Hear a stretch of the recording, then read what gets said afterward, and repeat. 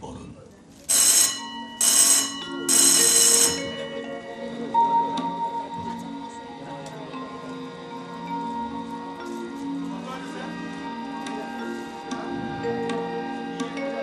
তুমি নব নব রূপে এসো প্রাণে, এসো গন্ধে বরণে, এসো গানে, এসো অঙ্গে পুলকময় হরষে, এসো চিত্তে অমৃতময় পরশে, এসো মুগ্ধ মুদিত তু নয়ানে। তুমি নব নব রূপে এসো প্রাণে, এসো নির্মল উজ্জ্বল কান্ত, এসো স্নিগ্ধ, এসো হে বিধানে, এসো দুঃখে সুখে, এসো মর্মে, এসো নিত্য নিত্য সব কর্মে, এসো সকল কর্মই অবসানে। তুমি নব নব রূপে এসো প্রাণে।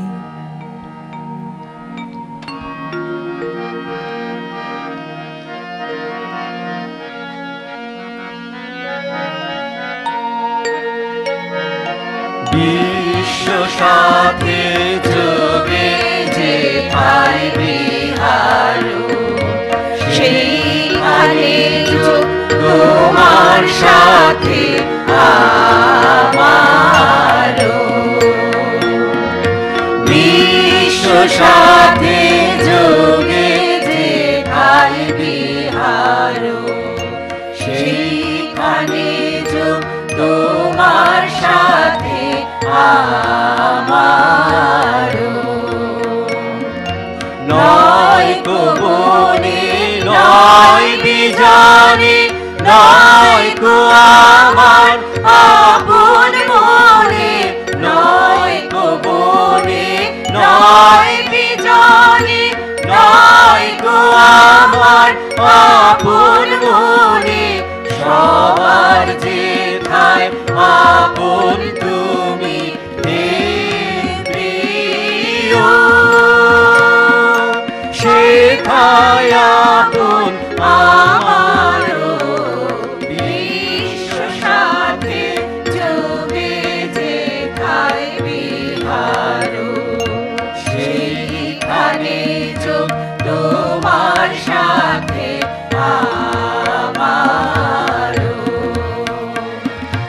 বিশ্ব সাথে যোগে যেথায় বিহার,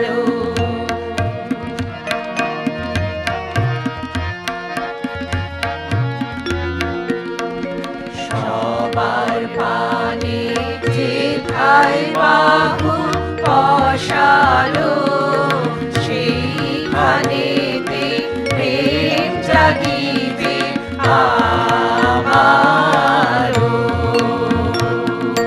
সবার পানে যেথায় বাহু পশালো, সেইখানেতে প্রেম জাগিবে আমার। গোপনে প্রেম রয় না ঘরে, আলোর মতো ছড়িয়ে পড়ে। গোপনে প্রেম রয় না ঘরে, আলোর মতো ছড়িয়ে পড়ে। সবার তুমি আনন্দ ধন হে প্রিয়, আনন্দ সে আমারও।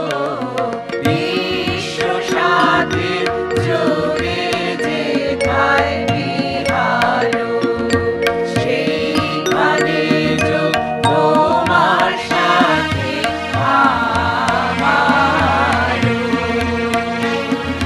বিশ্ব সাথে যোগে যেথায় বিহার।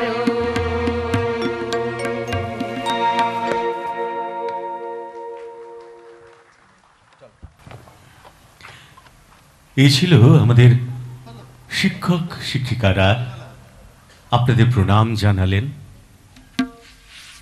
অনুষ্ঠান তো সবে শুরু, সারাক্ষণ বাকি রয়েছে।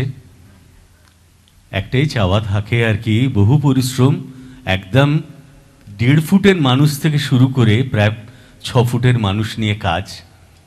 প্রত্যেকেই অনেকগুলো দিন ধরে না খুব পরিশ্রম করেছে আপনাদের কাছে আজকের এই দিনটায় পৌঁছানোর জন্য। তার কারণ এটা ওদের কাছে একটা রেড লেটার ডে। অনেকেই প্রথমবারের জন্য মঞ্চে আসছে। চাওয়ার মধ্যে এটাই, যেখানে ভালো লাগবে একটু জোরে জানান দেবেন। আপনারা অন্ধকারে, আমরা আলোর বৃত্তে, দেখা যায় না কিন্তু শোনা যায়। একটু জোরে আওয়াজ করবেন যেখানে যেখানে ভালো লাগবে। ওরা যারা পরিশ্রম করছে ওদের ভীষণ ভালো লাগবে। Thank you so much. আমরা যাব এরপরে আমাদের নন্দনকাননের যে সঙ্গীত বিভাগের যারা ছাত্রছাত্রী রয়েছে তারা পরিবেশন করবে।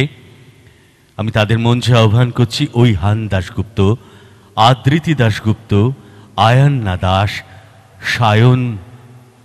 সাহন দত্ত, সানভি আরিয়া মহাপাত্র, অর্ণিক কুণ্ডু ও অন্তরীপ কয়াল। পরিচালনায় আমাদের মাস্টারমশাই গানের অতনু দাস। মোরা সত্যের পানে মন আজি করিব সমর্পণ। জয় জয় সত্যের জয়। মোরা সত্যের পানে মন আজি করিব সমর্পণ। জয় জয় সত্যের জয়। মোরা বুঝিব সত্য, বুঝিব সত্য, বুঝিব সত্য ধাম। জয় জয়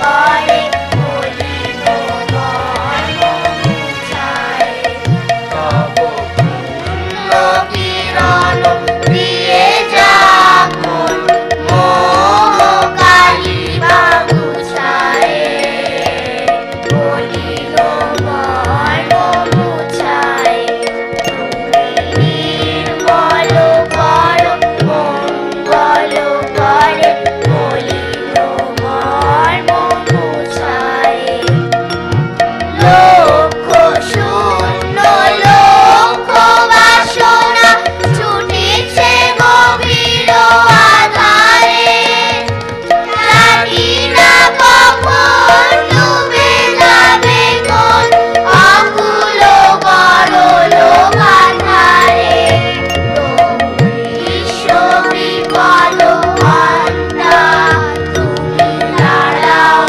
দুনিয়া পন্থা তব শ্রী চরণ তলে নিয়ে এসো মন মত্ত বাসনা মুছায় মলিন মর্ম মুছায় তুমি নির্মল করো মঙ্গল করে মলিন মর্ম মুছায় অনল অনিলে চির নবনীলে উদর সলিলে গহনে আচ্ছবিত বিলতায় জললের গায় শশী তারকায় নমনে আমি নয়নে বসন ঘাটিয়া বসে আধারে মরিব কাঁদিয়া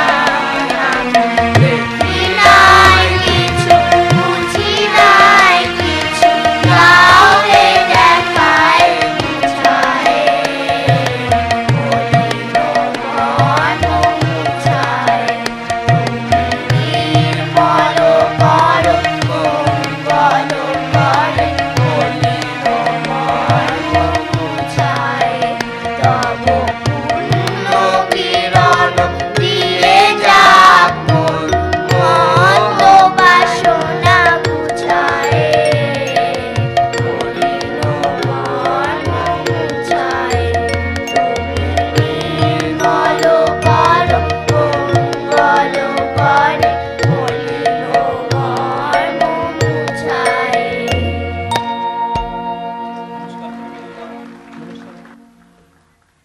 যেহেতু আমাদের বাচ্চাদের নিয়ে অনুষ্ঠান, শরৎ সদনের হলের ভেতরে কোনো খাবার খাওয়া যায় না। একটু মাথায় রাখবেন, বাচ্চাদের যদি খাবার খাওয়াতেই হয় লবিটা ইউজ করবেন। এটা একদম স্বনির্বন্ধ অনুরোধ আপনাদের কাছে। গুটকা পান মশালা কোনো কিছুই যেন না হয়। দেখতে দেখতে একটা অর্গানাইজেশনের 40টা বছর পার হয়ে গেল। আপনারা যারা যে কোনো রকম সংগঠন করেন বা সংগঠন চালান বা সংগঠনের সঙ্গে যুক্ত, আপনারা জানেন যে 1-2 বছর নয়, 40টা বছর পার হওয়া একটা বিরাট ব্যাপার। অনেক বাধা বিপত্তি, অনেক ঢেউয়ের সঙ্গে লড়াই করতে করতে একটা অর্গানাইজেশন তার স্বমহিমায় বিরাজ করে। অল্প কয়েকজনকে নিয়ে যে স্বপ্নটা শুরু হয়েছিল, এটা স্বপ্ন তো যে কোনো মানুষের স্বপ্ন একটা অর্গানাইজেশন, যে ধরনের অর্গানাইজেশন করুন সেটা তার স্বপ্নের ফসল। বহুদিনের দেখা সেই স্বপ্নগুলো টুকরো টুকরো হয়ে অনেক দিন ধরে বাসা বাঁধতে বাঁধতে একদিন একটা সাকার রূপ নেয়। 40টা বছর সেই লড়াইগুলো করতে করতে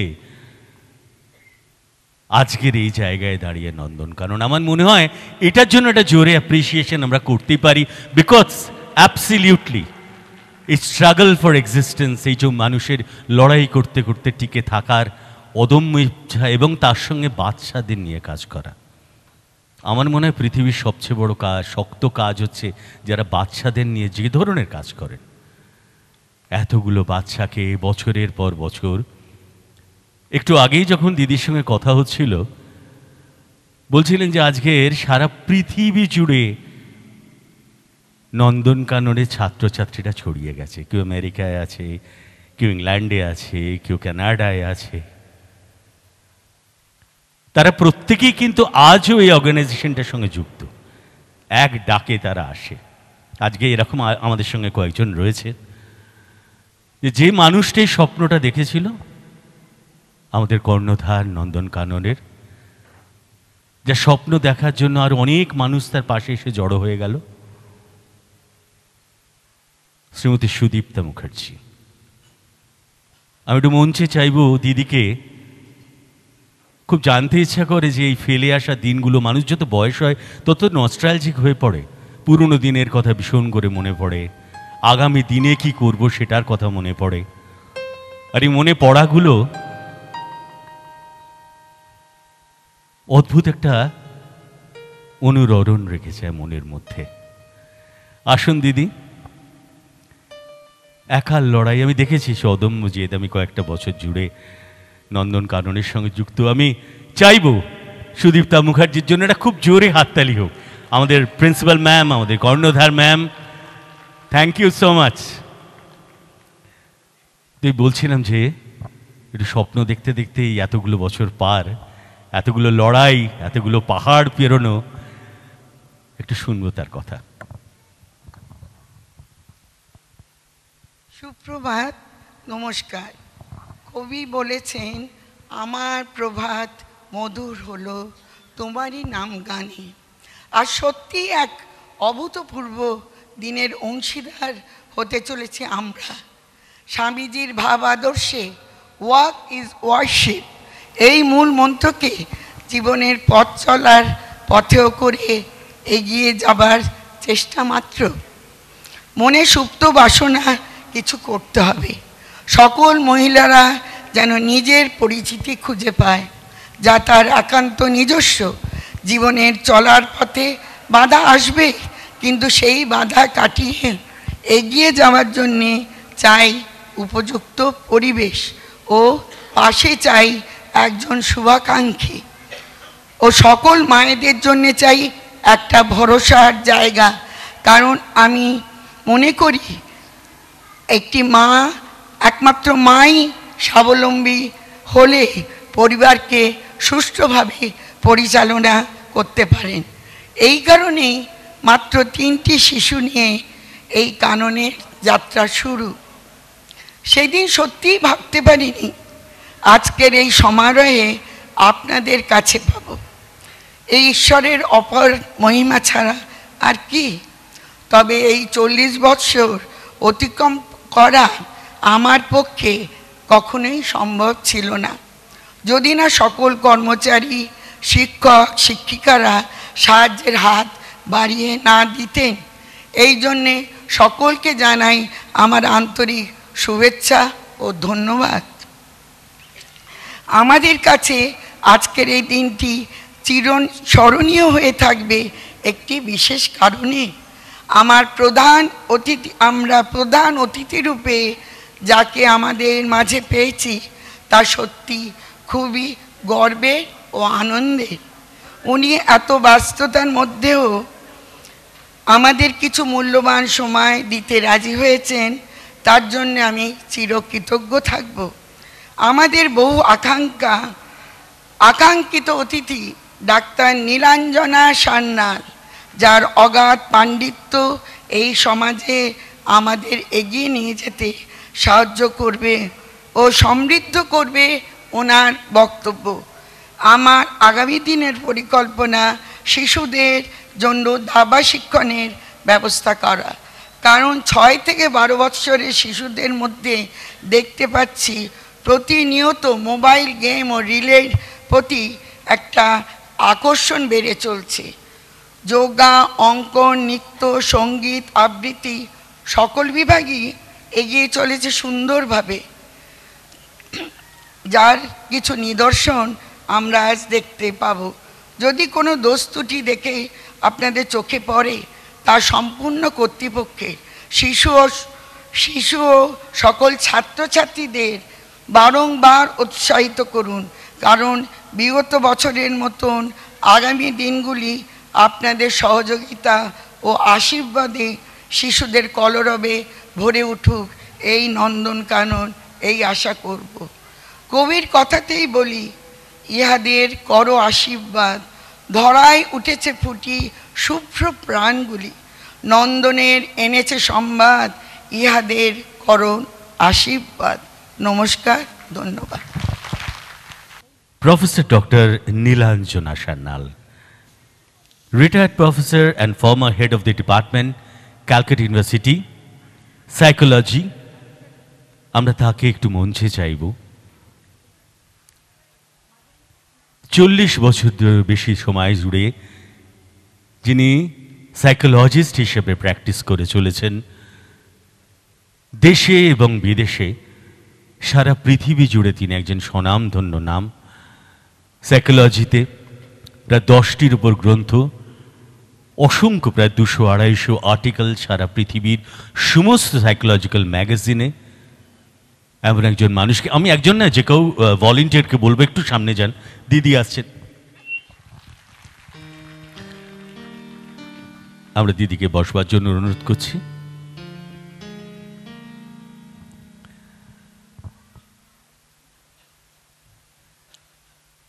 আমাদের দিদি সুদীপ্তা মুখার্জি বরণ করে নেবেন আমাদের অতিথি থেকে, এবং পোস্ট গ্রাজুয়েট এবং ক্যালকাটা ইউনিভার্সিটির গোল্ড মেডেলিস্ট এবং অসংখ্য অ্যাওয়ার্ড দিয়ে তিনি ভূষিত হয়েছেন সারা জীবন জুড়ে। আমরা এমন একজন মানুষকে, এমন একজন পণ্ডিতকে আমাদের সঙ্গে পেয়েছি, এমন একজন মানুষ যিনি মানুষের জন্য কাজ করেন, তাকে পেয়েছি। আমরা ঋদ্ধ এবং সমৃদ্ধ। সম্বর্ধনা জানাচ্ছেন দিদি এবং সানভি আরিয়া মহাপাত্র স্মারক উত্তরীয় দিয়ে।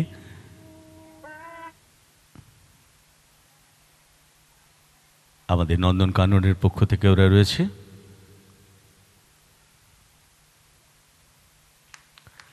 থ্যাংক ইউ সো মাচ আপনাদের সকলকে। এরপরে আমাদের সুভিনিয়ারটি প্রকাশ করা হবে।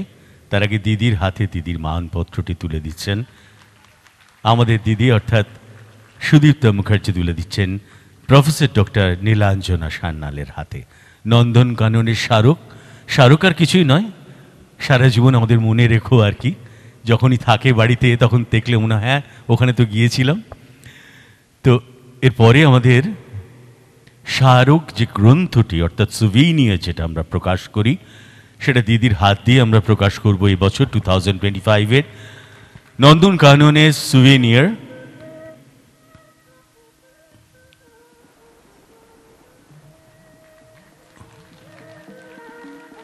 এটা এই বছরের সুভিনিয়ার আপনাদের কাছ অব্দি পৌঁছে যাবে।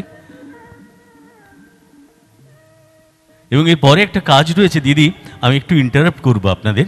সেটা হচ্ছে আমাদের বাচ্চারা তারা কি করেছে, এবছরটা 40 বছর বলে তারা একটা করে হ্যান্ডমেড খুব সুন্দর ওই আপনার কাপড়ের ব্যাগ তৈরি করেছে বাচ্চাদের জন্য। সেটাও আপনাকে দিয়েই আমরা আজকে ওপেন করব। আমি একটু বলবো ওই ব্যাগ দুটো একটু নিয়ে এসে দিদিকে দেখানোর জন্য। আপনারাও দেখুন এবছরে 40 ইয়ার সেলিব্রেশন উপলক্ষে একটা সুন্দর ব্যাগ বাচ্চারা যাতে ইউজ করতে পারে সেই রকম সুন্দর দুটো ধরনের। এবং আমাদের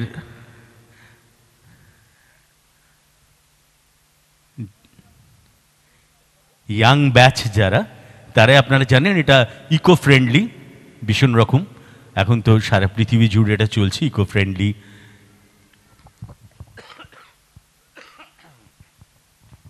এগুলো ওরা পিঠে নিয়ে স্কুলে আসতে পারবে। হ্যাঁ দিদি একটু সোজা করে আপনারা একটু ধরুন, তাহলে আমাদের ফটোগ্রাফের জন্য একটু সুবিধা হয়। হ্যাঁ এই ভাবনা থেকেই এটা করা। এখন পিঠের বোঝা বড্ড ভারী বাচ্চাদের আর কি।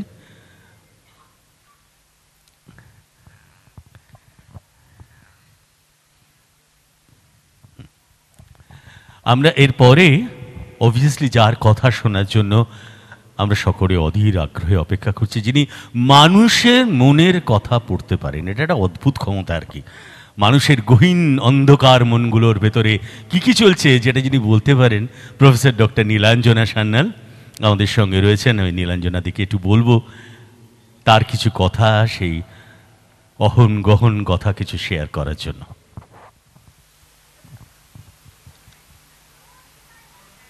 শুভ সকাল, সকলকে জানাই আমার শুভেচ্ছা, বাচ্চাদের জানাই অকুণ্ঠ ভালোবাসা।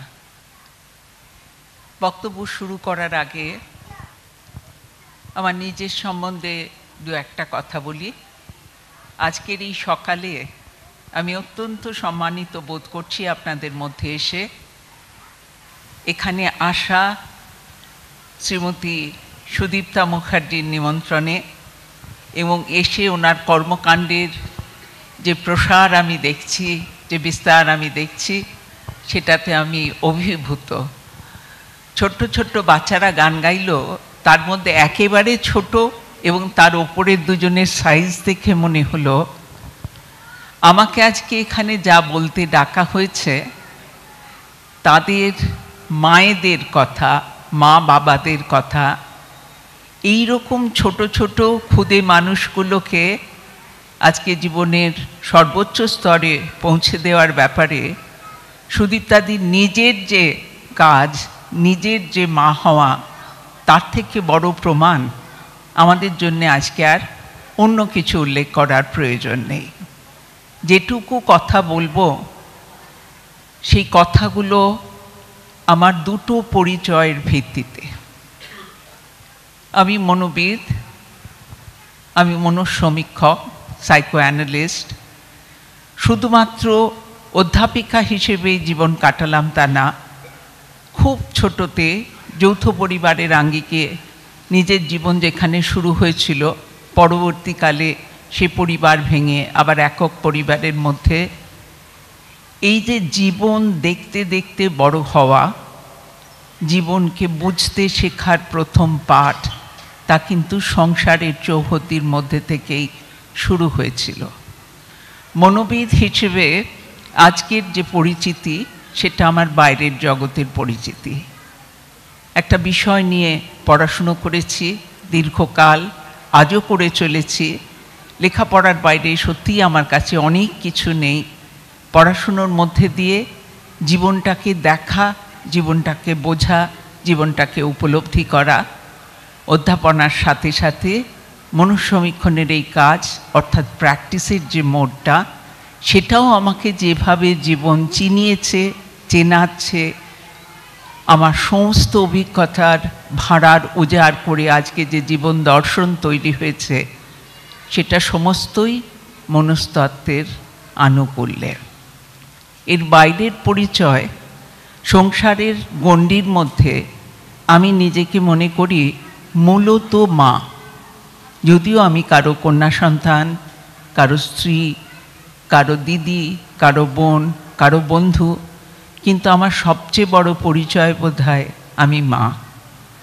এই দুটো পরিচয় একত্রিত হয়ে যায় বলে যখন যে মানুষের মন একটু বিকৃত হয়ে গেছে, একটু অগোছালো হয়ে গেছে, অন্যদিকে ছুটতে শুরু করেছে, তাকেও টেনে এনে আবার নিজস্ব পথে নিয়ে যাওয়ার আগে ওই মাতৃত্বের বোধই বোধহয় আমাকে ওদের খুব কাছে নিয়ে আসে। আজকে যে অভিজ্ঞতার কথা বলবো, সবটাই আমার শুধু পড়াশুনো থেকে না, চোখে দেখা জীবন থেকে, নিজের মতো করে নিজের উপলব্ধি করা দিয়ে। আমাকে আজকে উনি বলতে বলেছেন প্যারেন্টিংয়ের ওপরে দু চার কথা বলা, অর্থাৎ মা বাবা হওয়া, নিজে মা হওয়ার দরুন এবং শিক্ষকতার আঙিনাতেও মাতৃরূপটার মধ্যেই দাঁড়িয়ে থেকে ছাত্রছাত্রীদের বোঝা, শেখানো, বড় করা, এবং আজকে যাদের অসুস্থ মনকে সুস্থতার দিকে একটু দিশা দেখানোর চেষ্টা করছি, সেখানেই সেই মাতৃত্বের সুর, মাতৃত্বের ছোঁয়া। সেইখান থেকে বলতে বসে প্রথমেই বলবো, জীবন মানেই কিন্তু সুখ খোঁজা, আর জীবন চলা মানে দুঃখ সওয়া। জন্ম হলেই আমাদের বাইরের পৃথিবীটাকে চিনতে হয়, জানতে হয়, বুঝতে হয়, মানতে হয়, তার সাথে মানিয়ে চলতে শিখতে হয়। এই শেখার জিনিসটা জীবনের নানান দিকে, নানানভাবে, নানান কাজের মধ্যে নিজেকে যুক্ত করা। যত রকম কাজই আমরা করি না কেন, আমার মনে হয় পৃথিবীতে সবচেয়ে গুরুত্বপূর্ণ অন্যতম কাজটা মা বাবা হওয়ার পরে সন্তানের জন্মে তার দায়িত্ব গ্রহণ করা, তার দায়িত্ব নিয়ে তাকে সুস্থভাবে লালন করা। যে কোনো পরিবারের স্বাভাবিক পরিবেশে একটা সুস্থ শিশুর জন্ম কিন্তু অত্যন্ত প্রত্যাশিত ঘটনা। শিশু সন্তানের জন্ম মানেই নতুন প্রজন্মের দিশারি আমার উত্তরসূরি এলো।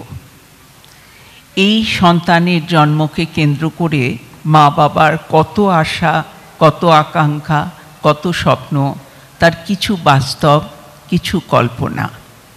কিন্তু শিশুর জাগতিক উপস্থিতিকে অর্থব্যঞ্জক করে তোলার জন্যে সবচেয়ে বড় দায়িত্ব মা বাবার। আমাদের এক্সিস্টেন্সিয়ালিজম অর্থাৎ অস্তিত্ববাদ মানুষকে শেখায় কোথা থেকে আসি, কোথায় যাই আমরা জানি না, কিন্তু এসে যখন পড়লাম এই ধরাধামে, তখন সেইখানের যে বিস্তারিত জীবন, প্রসারিত জীবন, সেইখানটাকে অর্থবহ করে তোলার জন্যে আমাদের নানান কাজে যুক্ত হতে হয়। সেই কাজ করতে করতে কাজের যে সরু সরু ধারাগুলো, সেগুলোই আমাকে একটা পরিচিতি দেয়, একটা আইডেন্টিটি তৈরি করে, এবং তার সমন্বয়ে সমবেত অবস্থায় আমার জীবন কোথাও মিনিংফুল হয়ে ওঠে। আমরা আজকের দিনে জাপানিজদের একটা পার্টিকুলার প্রিন্সিপাল ইকিগাই খুব মানি, বিশ্বাস করি, আমি ব্যক্তিগতভাবে ভীষণ বিশ্বাস করি। ইকিগাই মানে হচ্ছে জীবনের কোনো একটা জায়গায় পারপাস ধরে রাখা।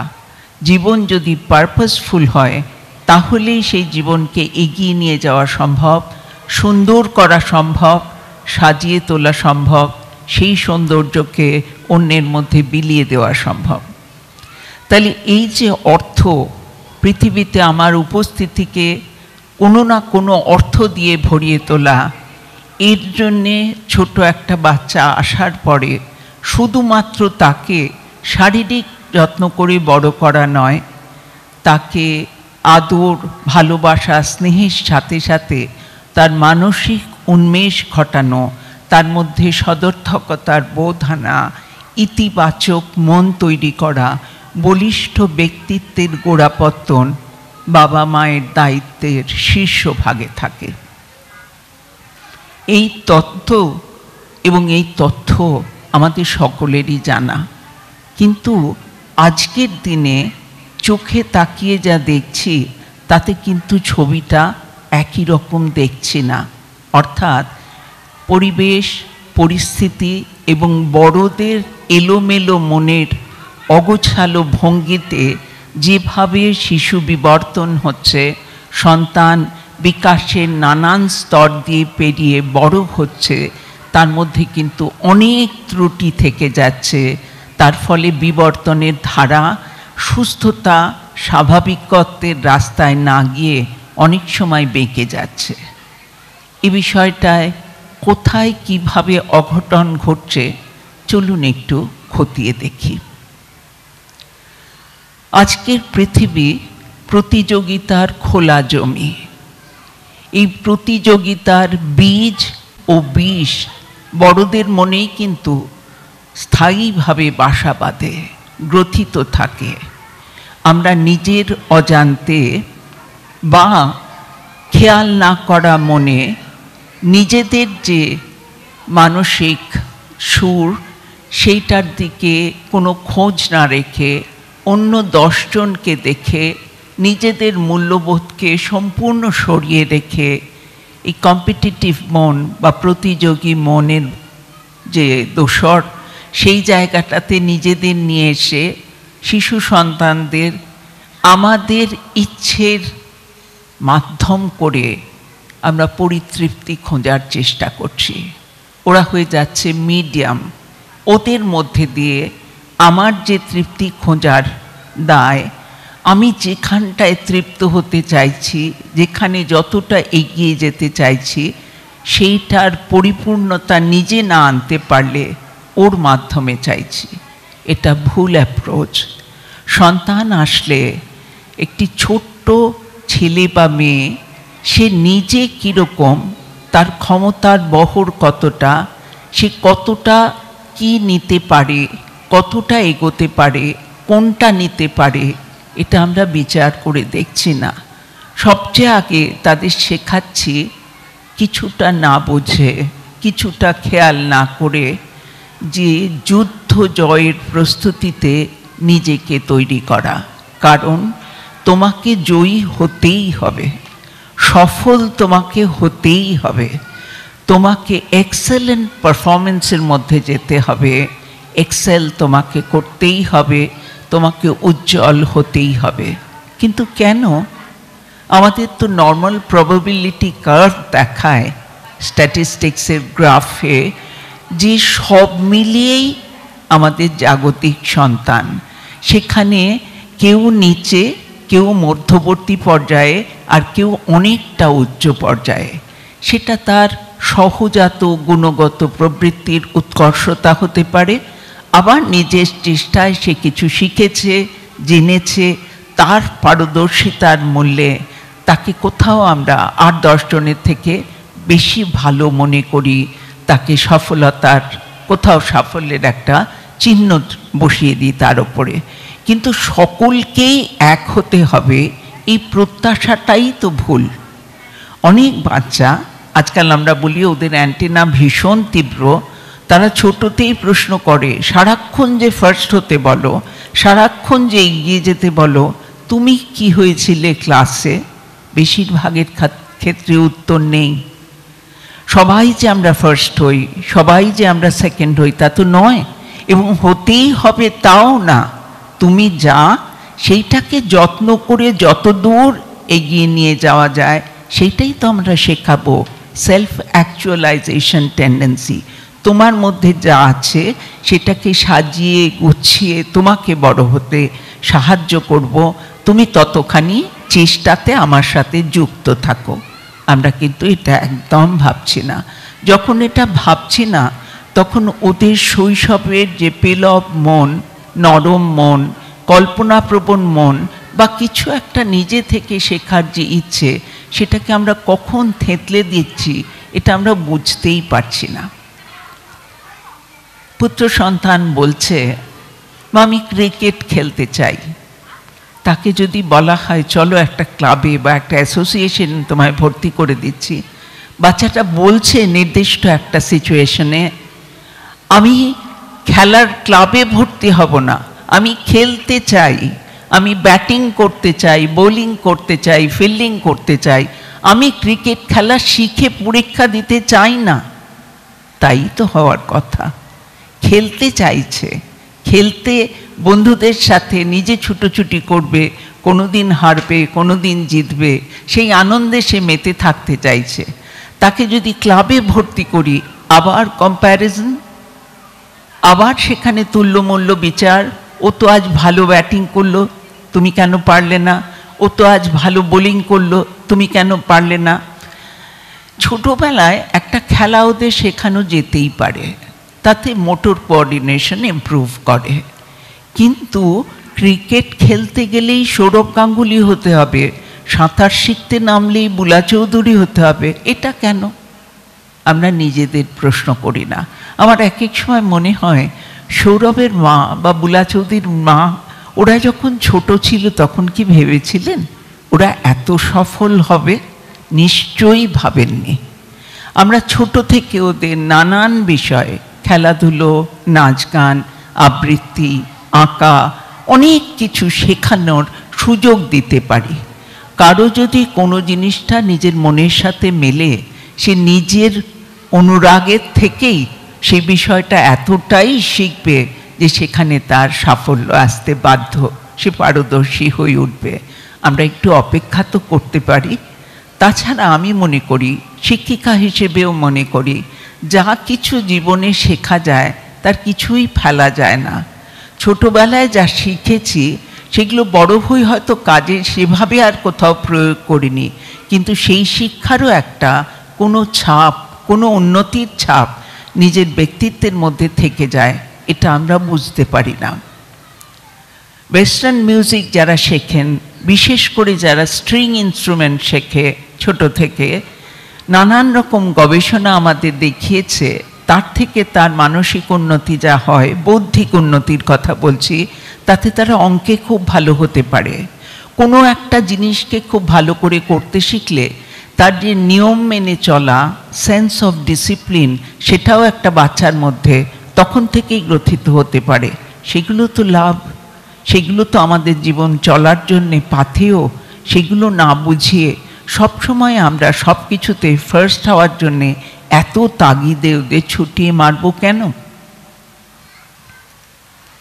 বাচ্চাদের ভালোবাসা বোঝানোর জন্যে একটা অন্যতম ভাষা হচ্ছে ওদের পছন্দের খাবার দেওয়া। আমরা যখন খুব ছোট ছিলাম, সেই খুব ছোট থেকে মেজোবেলাতেও যখন আসি, তখনও মনে পড়ে না যে আমাদের কেউ জিজ্ঞেস করতো তুমি কি খাবে। বাড়ির পরিবেশে পরিবারের যে জিনিসটা যা খাওয়া দাওয়া হবে বড়রা ঠিক করতেন, আমাদের খাবার দেওয়া হতো এবং কি করে খেতে হবে সেটা শিখিয়ে দেওয়া হতো, তারপরে ছেড়ে দেওয়া হতো, কিছু ফেলে কিছু গুছিয়ে খাওয়া হতো, আস্তে আস্তে সবাই শিখে যেতাম। আজকাল একটা অদ্ভুত জিনিস দেখি, একটু বড় হতেই বাচ্চাকে সকালেই জিজ্ঞেস করা হয় তুমি কি খাবে। কেন ওকে আমি চয়েস দিচ্ছি? আমি চয়েস দিলে ও তো কখনো সুস্বাস্থ্যের খাবার চাইবে না। যা আমাদের জিভে স্বাদ দেয় সেটা আমাদের স্বাস্থ্যের জন্য খুব উপকারী না, আর যেটা আমাদের জিভে তেমন ভালো না সেটাই স্বাস্থ্যের দিশারি। তাই যদি হয়, বাচ্চা তো বলবে কুরকুরে খাবো, চকলেট খাবো, আইসক্রিম খাবো, চিপস খাবো। এগুলো খেয়ে তো পেট ভরানো যাবে না, বা এগুলো তো খাবার হিসেবে বিবেচিত হবে না। কিন্তু ওদের টেস্ট অনুসারে ওরা চাইবে, একটু বড় হলে চাইবে চাউমিন, তার থেকে পরের স্টেজটায় বলবে আমি পিৎজা খাবো, আমি বাইরের অন্য রোল খাবো, ভাজা জিনিস খাবো ইত্যাদি। এই যে চয়েসটা দিতে আমরা শুরু করি, আমরা বুঝতে পারি না আমরা ছোটদের নিজের আমিটাকে প্রাধান্য দিতে শিখিয়ে দিচ্ছি। আমিত্ব প্রধান ব্যক্তিত্ব আজকের পৃথিবীর সবচেয়ে রূঢ় অবস্থা। যে শুধু আমি করে, তুমির সাথে মেশে না, তুমির সাথে নিজেকে মেশায় না, দর্শনের সাথে মেশায় না, সে ব্যক্তি কিন্তু একটা জায়গায় কোঁকড়ে থাকে। তাকে দিয়ে পৃথিবীর তত উপকার হয় না। 10 জনের ভেতরে আমার ভালোটা ছড়িয়ে দিতে পারার থেকেই সার্বিক উন্নতি সব জায়গায়। কিন্তু আমরা আগে থেকেই শেখাচ্ছি তোমার কি হবে, তোমার কোনটা চাই, তোমার কোনটা ভালো লাগে। এমনকি আজকের মা বাবা ছোট্ট থেকে আমরা বলতে থাকি আমাদের ভবিষ্যতের জন্য তোমাদের কিছু ভাবতে হবে না, তোমরা তোমাদের দেখো, তোমার পড়াশুনোটা ভালো করো, তুমি নিজে জীবনে সফল হও, তুমি বিদেশে চলে যাবে, অনেক বড় চাকরি করবে, নাম করবে, এটা দেখো।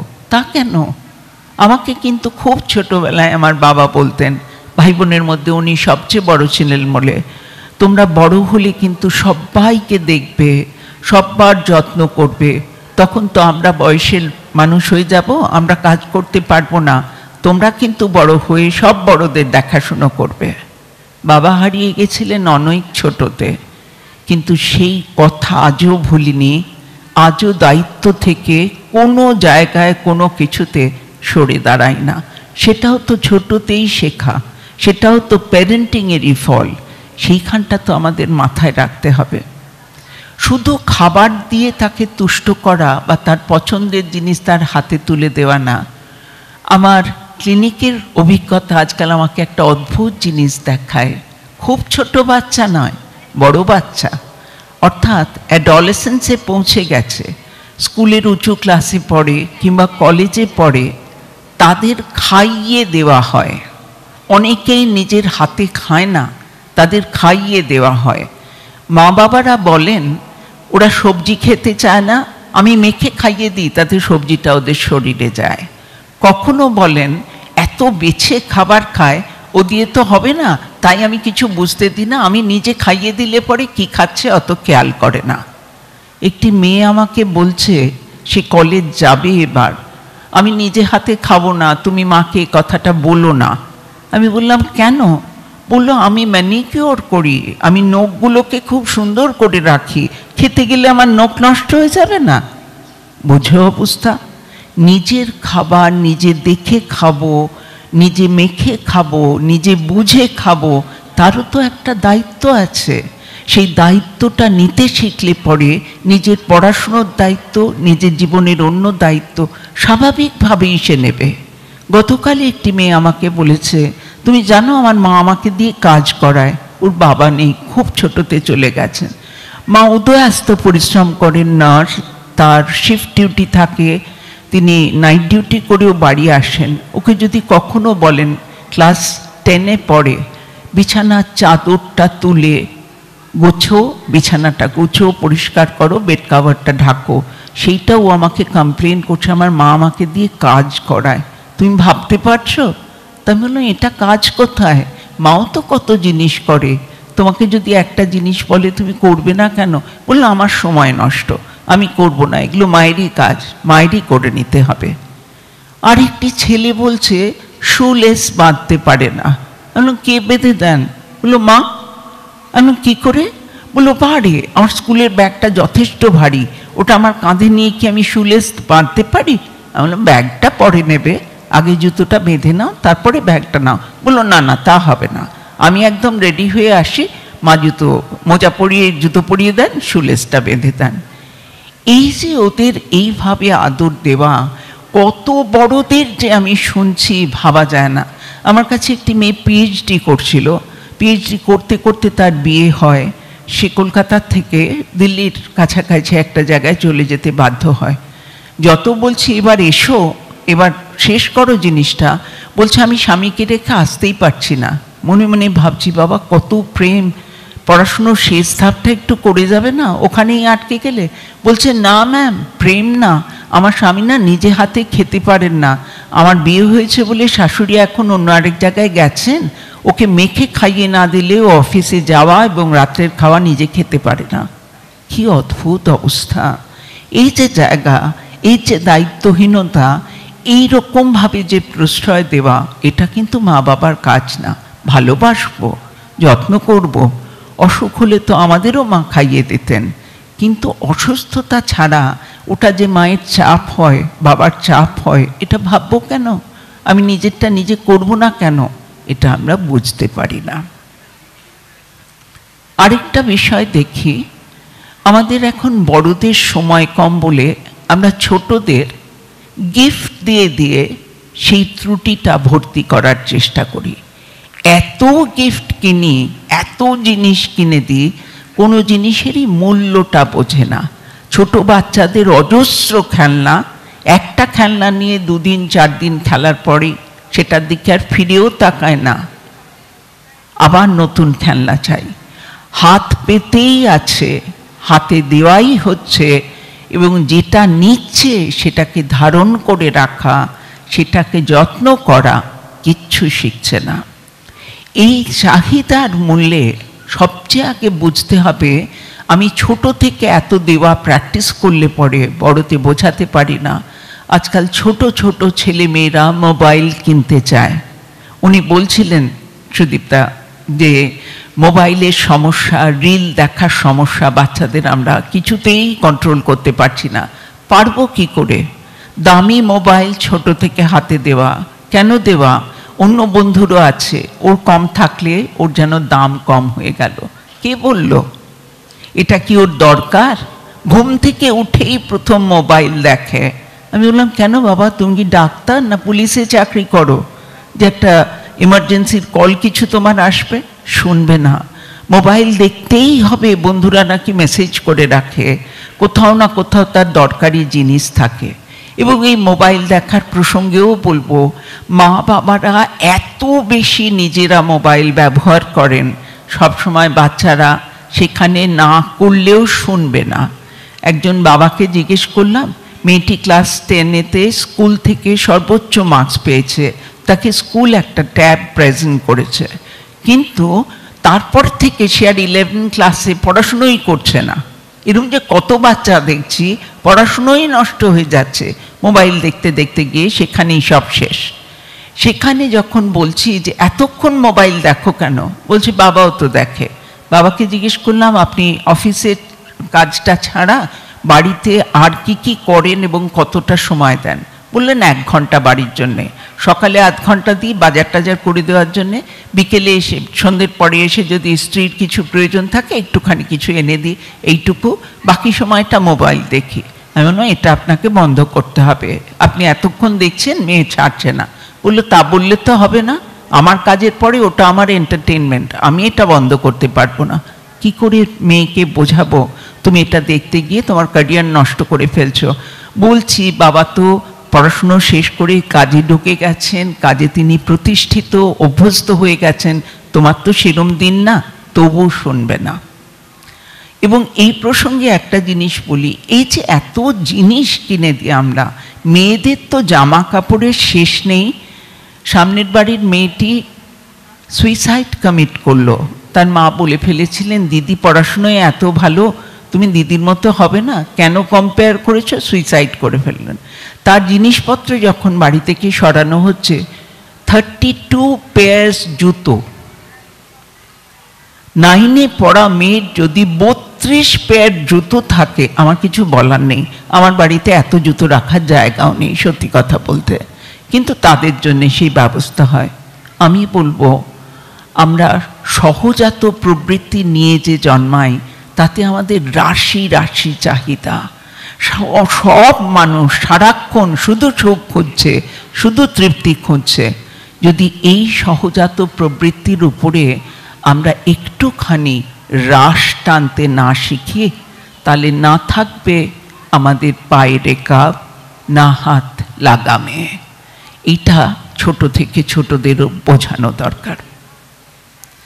কর্মরতা মা যারা বাইরের পৃথিবীতে কাজ করেন, তাদের দেখে একটা অদ্ভুত অপরাধ প্রবণতা। বাচ্চাকে ভালো করে দেখতে পারিনি, যখন ছোট ছিল তখন অফিসে থাকতাম কিংবা কলেজে যেতাম কি স্কুলে পড়াতাম, আরে তাতে কি হয়েছে, অপরাধের কি হয়েছে? আমরা গবেষণা করে দেখেছি ওয়ার্কিং মাদার্স চাইল্ড কিন্তু অনেক বেশি রিয়ালিস্টিক, অনেক বেশি ইন্ডিপেন্ডেন্ট, কারণ মার ব্যক্তিত্বের গোছ, মার আত্মবিশ্বাস, মার যোগ্যতায়, মার একটা বড় ধরনের কোনো কাজ করা এবং সংসারকেও আর্থিক দিক থেকে সাহায্য করা, সেটা তাদের মনে কিন্তু সদর্থকতারই অবদানে।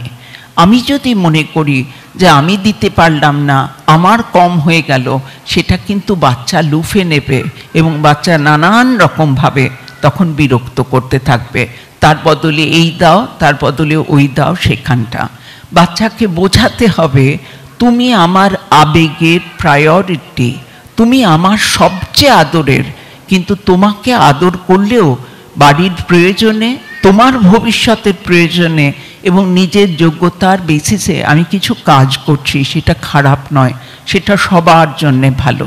এইটা বুঝতে দিলে বাচ্চাও কিন্তু সেই পথেই আস্তে আস্তে করে এগোবে। হ্যাঁ, তো ছোট করে আরেকটা জিনিস বলি, আমরা আজকাল খুব বেশি ইম্পোজিশনে বিশ্বাস করি, অর্থাৎ চাপিয়ে দেওয়া। আমার বাচ্চা, এক মা বলছেন যে বাচ্চাকে আমি পড়তে বললে পরে আমার কথা শোনে না। আমি বললাম যেভাবে বললে শুনবে আমি আপনাকে বলে দিচ্ছি সেটা করুন। বললো না, আমার মা আমাকে যেভাবে পড়াতেন, মারতেন, ধরতেন, জোর করে রাখতেন, সেই জায়গাটায় কিন্তু আমি যেভাবে শিখেছি সেভাবেই শেখাবো। আমি বললাম দেখুন, যুগের পরিবর্তন আছে, আমাদের ছোটবেলা ওদের ছোটবেলা এক নয়। আমি বলে দিচ্ছি এমনি করে বলুন, ও ঠিক করবে, ও দুষ্টু বাচ্চা না, ও খারাপ বাচ্চা না। কিন্তু উনি ওকে মারবেন, উনি ওকে জিদ করে আটকে রাখবেন বা কিছু করবেন। সে যখন একটু বড় হলো, একদিন খেতে বসে মাকে বলছে, তুমি যেভাবে খাও এটা আমার পছন্দ না। বোধহয় উনি হাতটা একটু লিক করতেন, এটা তুমি চাটবে না, আমার ভালো লাগে না দেখতে, তুমি এটা করবে না। কয়েকদিন বলেছে, শোনেনি। একদিন মা অমনি করে খাচ্ছিলেন, ওকে চুলের মুঠি ধরে টেনে তুলে এমন মারলো, ছিটকে পড়ে সামনের দুটো দাঁত ভেঙে গেল এবং জটাও ইনজিওর্ড হয়েছিল। কাঁদতে কাঁদতে বলেছিলেন, দেখেছেন কি রাক্ষস পুত্র সন্তান আমার। রাক্ষসও নয়, রাক্ষস ওকে বানানো হলো। আমরা জিদ করলে ওরাও জিদ করবে, আমাদের মধ্যে নিয়মের অসুবিধে থাকলে ওরাও সেটাই শিখবে। আমি যদি জোর করতে চাই তাহলে সেই জায়গাটায় সেও জোর করতে শিখবে, জিদ করতে শিখবে। ইম্পোজিশনের জায়গায় আজকাল দেখি পড়াশুনোর লাইন বেছে দেওয়া। বাচ্চাকে বুঝে তাকে আমি বলতে পারি যে তুমি তো এই দিকটা ভালো করছো, দেখো না তুমি কি বায়োলজি নিয়ে পড়তে পারো, ডাক্তারি পড়তে পারো, বা তুমি কি ফিজিক্সটা নিয়ে এগোতে পারো জীবনে। আমি সাজেস্ট করতে পারি, চাপিয়ে দিতে পারি না। একটি ডাক্তার মেয়ে পোস্ট গ্রাজুয়েট পাশ করেও সে আমাকে বলছে, আই হেট মাই ফাদার, আমাকে জোর করিয়ে ডাক্তার বানিয়েছেন, আমার রক্ত দেখলে ভয় করে, আমার সিরিঞ্জ দেখলে ভয় করে, আমি ব্লিচিংয়ের গন্ধে বমি করে ফেলি, অন্য লোক বমি করতে দেখলে আমার বমি এসে যায়, আমি ডাক্তার হওয়ার যোগ্য নই, আমার ব্যক্তিত্বের যে ধরনের আধার তাতে আমি ডাক্তার হতে পারি না। বাবা জোর করেছেন বলে ডাক্তার হয়েছি। এবার বাবাকে বলুন, আমি রিসর্টের ব্যবসা করব, আমাকে ক্যাপিটালটা দিতেই হবে, আমি তোমার কথা রেখেছি, তোমাকে আমার কথা রাখতেই হবে। এই যে জোর করে করানো, এ তো না হয় ডাক্তার হয়েছে, কত ছেলে মেয়ে নিট দিয়েই যাচ্ছে, বলছি হবে না ওর নিট, ওকে অন্য জিনিস পড়তে দিন না, আমি বলেছি ডাক্তার হতে, ওকে ডাক্তার হতেই হবে। এই ইম্পোজিশন বাচ্চাদের জন্য একদম ভালো না। প্রত্যেকটা বিষয়ে তাকে ইন্টারফেয়ার করাও ভালো না। যেখানে ওর চয়েসটা ওকে ছেড়ে দেওয়া যেতে পারে সেখানে ছেড়ে দিন। জামা কিনতে গেছেন, ও লালটা নেবে না, ও নীলটা নেবে, ও নীলটাও নেবে না, ও সাদাটা নেবে, দিন না, কি হবে, লালের বদলে সাদা জামা পরুক, কি হবে তাতে। কিংবা বোঝান কেন বলছেন সাদাটা না নিতে, তারপরে যদি ও মানে সেটা মানতে দিন। কখনো কখনো ওদের রুচি, ওদের প্রকৃতি, ওদের জিনিস, সেগুলোকেও কিন্তু একটু প্রাধান্য দিতে হবে। সবচেয়ে আগে মনে রাখতে হবে, আমি যা চাইবো তাই ও হবে না। ও যেরকম, ওকে বুঝে, ও সমস্ত জিনিসটা ওর কোন দিকে ইন্টারেস্ট আছে সেইটা দেখে তাকে বলা, কিংবা যে দিকটায় আমি যা চাইছি তাকে সেই রকমভাবে সাধনার জায়গাটায় আস্তে আস্তে করে তাকে যদি নিয়ে যাওয়া হয় তাহলে কোনো এক সময় সে নিশ্চয়ই যাবে। আসলে সঠিক কোনটা আর কোনটা ভুল, ঠিক ভুলটা ভালো করে ওদের বোঝানো দরকার, খুব ভালো করে বোঝানো দরকার। ওদের প্রকৃতি চেনানো দরকার, ছোট থেকে শান্ত হয়ে থাকার অভ্যাস করানো দরকার, নিজের সাথে জুড়ে রেখে নিজের কাজের সঙ্গী করে কাজ করতে শেখানো দরকার। সব সময় বোঝাতে হবে, তুমি আমার সবচেয়ে বেশি আদরের, কিন্তু তুমি আদরের বলে আমি প্রয়োজনে অন্য কাজ করব না তা নয়। এতগুলো জিনিস যে বলছি, দেখাচ্ছি, শেষ করব, সেখানটায় এসে বলবো, যদি মা বাবা হওয়ার দায়িত্বের মূল মন্ত্র আমরা দেখতে চাই তাহলে মূল মন্ত্র হিসেবে বলবো, আবেগ ও বিবেচনা সমৃদ্ধ উষ্ণতায় শর্তহীনভাবে বাচ্চাকে গ্রহণ করা। আমার আবেগেও সে প্রথম, আমার বিবেচনার মধ্যে অর্থাৎ কনসার্ন পয়েন্ট হিসেবে সেই প্রায়োরিটি, কিন্তু সে যেরকম তাকে সেভাবেই গ্রহণ করতে হবে। তাকে তার মতো করে গ্রহণ করতে পারলে তারপরের জিনিসগুলো নিয়ম মাফিক তাকে শেখানোর চেষ্টা করলে এবং নিজের মধ্যে যদি একটা খোলা মন একটুখানি তৈরি রাখা যায় ওদের বোধ বিবেচনাকেও বোঝার জন্যে, তাহলেই হবে বন্ধুত্ব, তাহলেই হবে বিবাদহীন জীবনে সৌহার্দ্যের স্বচ্ছতা। সেই জায়গাটা থেকে সব কাজ সাথে করে করাবো, পাশে পাশে থাকবো, কোয়ান্টিটি টাইম না দিতে পারলেও কোয়ালিটি টাইম দেব, তার সাথে যুক্ত থাকব, তার সব খবর রাখব, কিন্তু বন্ধুর মতো হব। বন্ধু হওয়া যায় না। সে কিছু কথা, অনেকটাই কথা আমাকে বলবে, কিন্তু বন্ধুর সাথে বলার মতো কথাগুলো আমাকে বলবে না। তার মানে তাকেও কিছুটা জমি ছেড়ে দিতে হবে। তার মতো করে চলা, তার মতো করে ভাবনা, সেদিকটা ছেড়ে দিতে হবে। তার উৎসাহ কোথায়, কোন দিকটাতে, সেইখানে তার সঙ্গী হতে হবে। হাতে ধরে যদি আমরা শেখাতে থাকি, সব কিছু যদি ওদের পাশাপাশি থাকি, অত্যন্ত স্নেহ দিই কিন্তু প্রশ্রয় নয়, অত্যন্ত বেশি রকমভাবে তাকে সাহায্য করার চেষ্টা করি, তাকে কামনা করি, কিন্তু আঁকড়ে ধরা না। এই মানসিকতা যদি আমরা তৈরি করতে পারি, আমার মনে হয় যে কোনো সন্তানের জীবন স্রোতস্বিনী নদীর মতো বয়ে যাবে। আর যদি একটু আধটু চড়ায় আটকায়ও, তার সেই বয়ে যাওয়া নদীর যে জীবন, তার মধ্যে আমরা পরিণত বয়সে অবগাহন করে দু আঁজলা ভরে আমাদের সুখ তুলে নিতে পারবো, ওদেরও সুখী করতে পারবো, সুখী দেখব। ধন্যবাদ।